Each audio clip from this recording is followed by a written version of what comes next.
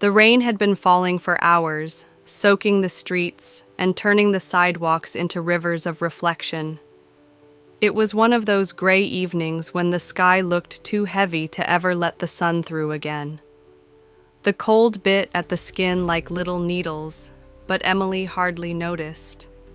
She was sitting alone on a worn bench at the bus stop, clutching a thin jacket around her shoulders, her hands trembling not just from the chill, but from everything. She had just left the university's financial office, where they told her what she already feared. Without payment, you can't continue next semester.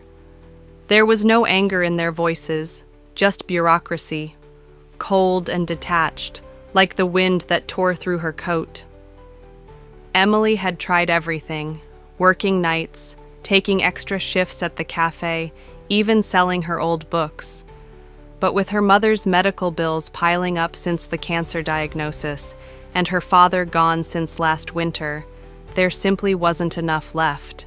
Not money, not energy, not hope.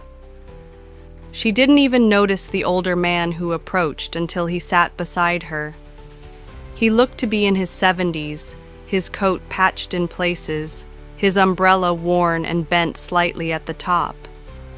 But there was a softness about him, not just in his face, but in the way he carried silence. For a moment, they just sat there. The city buzzed in the distance, headlights passing, horns honking. Life was moving, but for Emily, time felt still, broken. Then, in a voice deep and warm, the man spoke. "Do you know," he asked gently, "when the night is at its darkest?" Emily turned her head slowly, her eyes dull. "No," she said softly. "I guess right now." He smiled, not unkindly. "You're right. Right before the sunrise. That's when it's the darkest, but it's also when the light is the closest." Emily looked down, unsure why his words struck her the way they did. Maybe it was the way he said them, like someone who had walked through the darkness himself and still carried some light with him. The man reached into his coat pocket and pulled out a small card, a little damp, edges curling. "This is a friend of mine," he said. "He runs a foundation. They help students like you, students who are fighting harder than they should have to." She called the number the next morning. What followed was not magic. It wasn't instant or easy, but it was real. The foundation offered her emergency financial aid. Then, they helped her apply for grants and connected her with a mentor. With fewer shifts to work and support behind her, Emily could finally focus on what she loved most: learning.